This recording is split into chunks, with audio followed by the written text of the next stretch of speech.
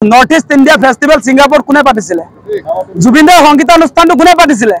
जुबिनदार संगीतानुष्ठान पातिছিলে high commission of India विदेश मंत्रालय आजिर दिनटुলৈকে এই অনুষ্ঠানটো তদন্তৰ আওতাত আনিলে নে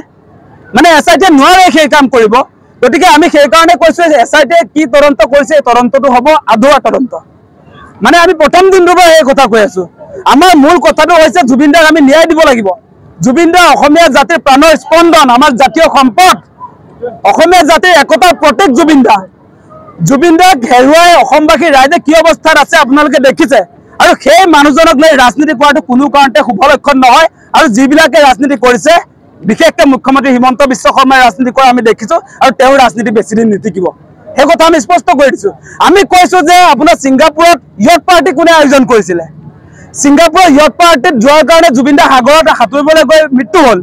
বা হত্যা কৰা হ'ল তেখেতক মানে ইয়ট পাৰ্টিৰ অৰ্গেনাইজাৰ কোন ইয়ট পাৰ্টিৰ অৰ্গেনাইজাৰ হৈছে আপোনালোকে জানে তন্ময় ফুকন আসাম এছ'চিয়েশ্যনৰ এগৰাকী মানুহ তন্ময় ফুকন এই পাৰ্টিটোৰ অৰ্গেনাইজাৰ গতিকে তন্ময় ফুকনক আপোনাৰ কেৱল ষ্টেটমেণ্ট লৈ অসমৰ পৰা পঠিয়াই দিলে সিংগাপুৰত যিমান আসাম এছ'চিয়েশ্যনৰ ব্যক্তি আছিলে সকলোকে হিমন্ত বিশ্ব শৰ্মাৰ নেতৃত্বত গঠন হৈ এছআইটিয়ে তদন্তৰ নামত কেৱল ষ্টেটমেণ্ট ল'লে ষ্টেটমেণ্ট লৈ তাৰ পাছত আপোনাৰ ভিভিআইপিৰ নিচিনাকৈ গোটেই নিৰাপত্তাৰ ব্যৱস্থা কৰি দি আপোনালোকৰ সাংবাদিকেও একো সুধিব নোৱাৰে তেনেকুৱা ফেচিলিটিছ দি তেওঁলোকক আকৌ ঘূৰাই পঠিয়াই দিলে হত্যাকাৰী কিয় এনেকৈ এৰি দিয়া হ'ল বুলি যেতিয়া ক'লে বা মৃত্যুৰ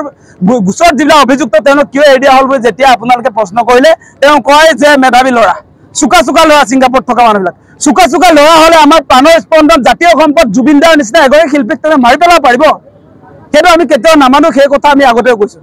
কোনো কাৰণতে নহ'ব আমাক জুবিনদাৰ ন্যায় যিকোনো মূল্যৰ বিনিময়ত লাগিব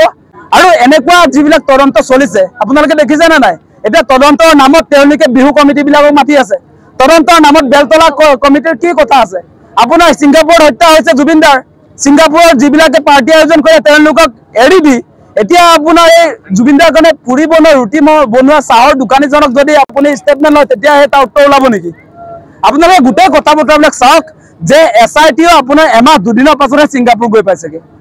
গতিকে আমাৰ কথাটো অতি স্পষ্ট যে এই যি এছআইটিৰ তদন্ত চলিছে সেইটো আমি সুখী নহয় অসমৰ কোনো মানুহে বিশ্বাস কৰিব নোৱাৰে গতিকে এই তদন্তটো সেইকাৰণে কৈছিল যে আমি চিবিআইক দিব লাগে তেওঁলোকে নিদিলে কাৰ স্বাৰ্থত নিদিলে কাক বচাবৰ কাৰণে নিদিলে কোন আছে হিমন্ত বিশ্ব শৰ্মাৰ ঘনিষ্ঠতাত আমি দেখিছিলোঁ যে শ্যামকানু মহন্ত আচলতে হিমন্ত বিশ্ব শৰ্মাৰ ভাতৃৰ নিচিনাই আজি শ্যামকানু মহন্তক আচলতে চিবিআই এনকুৱাৰী দিলে মানে তেওঁ ফচিব বা হিমন্ত বিশ্ব শৰ্মাৰ শ্ৰীমতীও ফচিব বুলি ভয় নেকি কিবা নহয় কিবা গোপন অংক নিশ্চয় আছে গতিকে আপোনাৰ হত্যাকাৰীক বচাবৰ কাৰণে আপোনাৰ চিবিআই তদন্ত নিদিয়া কথাটো বস্তুটো ওলাই পৰিছে নহয় যে মুখ্যমন্ত্ৰীৰ তাত আচলতে ইনভলভমেণ্টটো আছে তেওঁ মানুহ এইবিলাক মানুহটোতো হয় আমি দেখিছোঁ যে বিজেপিত হিমন্ত বিশ্ব শৰ্মাক অনা মানুহবিলাক শ্যামকানু মহন্তৰ ঘৰৰ পৰিয়াল ভাস্কৰ জ্যোতি মহন্ত ননীগোপাল মহন্ত আপোনালোকে জানে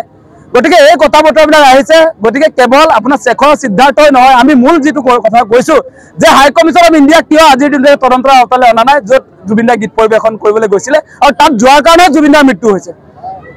গতিকে আপোনালোকে এটা কথা চাব যে ভাৰত চৰকাৰৰ এটা অনুষ্ঠানে যেতিয়া তাত ছিংগাপুৰত আমাৰ অসমৰ শিল্পীগৰাকীক লৈ যায় তাত গৈ পোৱাৰ পাছত ছিংগাপুৰত কিয় তেওঁ নিৰাপত্তাৰ ব্যৱস্থা নকৰিলে সেই কথা বতৰাবিলাক আহিছে নহয় আজি অনুষ্ঠানটা আপুনি পাতিব এই অনুষ্ঠানটোলৈ অহা মানুহজনক যদি আপোনাৰ অনুষ্ঠানটোৱে কোনো ধৰণৰ দায়বদ্ধতা নলয় তাতে মৰাৰ পাছত তেওঁলোকে ৰেছপনচিবল নহয় বুলি ক'লে এইটো কোনোবাই বিশ্বাস কৰিব নেকি সেই কথা কেতিয়াও নহ'ব আমাৰ কথা স্পষ্ট হত্যাকাৰীক 103 হত্যাকাৰী বুলি যিহেতু কোৱা হৈছে বিএনএছৰ 103 অধীনত সকলোকে ফাঁচি দিব লাগে মৃত্যুদণ্ড মুখ্যমন্ত্ৰীয়ে যিহেতু হত্যা কৰা হৈছিলে বুলি কৈছে আৰু সেইকাৰণে হত্যা কৰাক যদি ফাঁচি দিব লাগে তেনেহ'লে কোনো কালপিত বাচি যাব নোৱাৰিব কালপিত আমি যিবিলাক দেখি আছো এই তদন্ত প্ৰক্ৰিয়াটোত যে ছিংগাপুৰত থকা মানুহবিলাকো কালপিত তেওঁলোকো তদন্তৰ আওতাত আহিব লাগে ফাঁচি